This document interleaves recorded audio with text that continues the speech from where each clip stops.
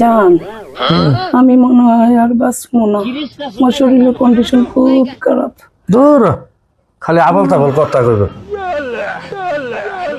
না তুমি বিশ্বাস করো জান, এই যে ওষুধ খাইলাম, ওষুধে তো কিচ্ছুই হইলো না জান।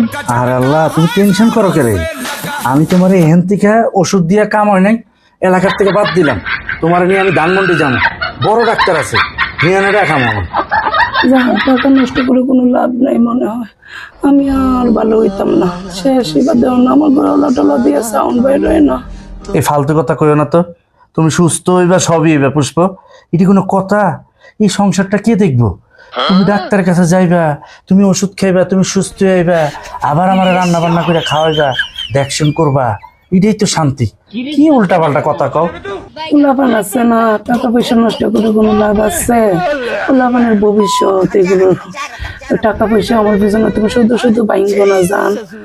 আমি একটা সিদ্ধান্ত নিচ্ছি, কি সিদ্ধান্ত আবার? দরকার পড়লে তুমি একটা বিয়ে করে লাও জান, আমার আশা সাইডে দাও। কি পাগলের মতো কয় আমি বলে বিয়ে করে লাগতাম? এটা কোনো কথা? আমি তোমার আরো ভালো ডাক্তার দেখাইতাম, দেয়া সুস্থ করে লাগলাম। এটি ফালতু কথা তুমি কই না করে? আরে জান, শুধু শুধু তুমি জোরাজুরি করতেছ না। আমি তার অবস্থায় আমার পোলারে তো দেখে রাখা লাগবো। এটা লেগে আমি ভাবতেছি তুমি একখান বিয়াই করে ফেলো জান, আমি যাতে দেখতে যাইতে পারি। অবশ্য যখন এত জোর গলায় কইতেছো, এত জোরাজোরি করতেছো, বিয়ে তো একটা করণ লাগেই। কারণ পোলা ভাইনের তো দেখাশোনার একটা ব্যাপার আছে।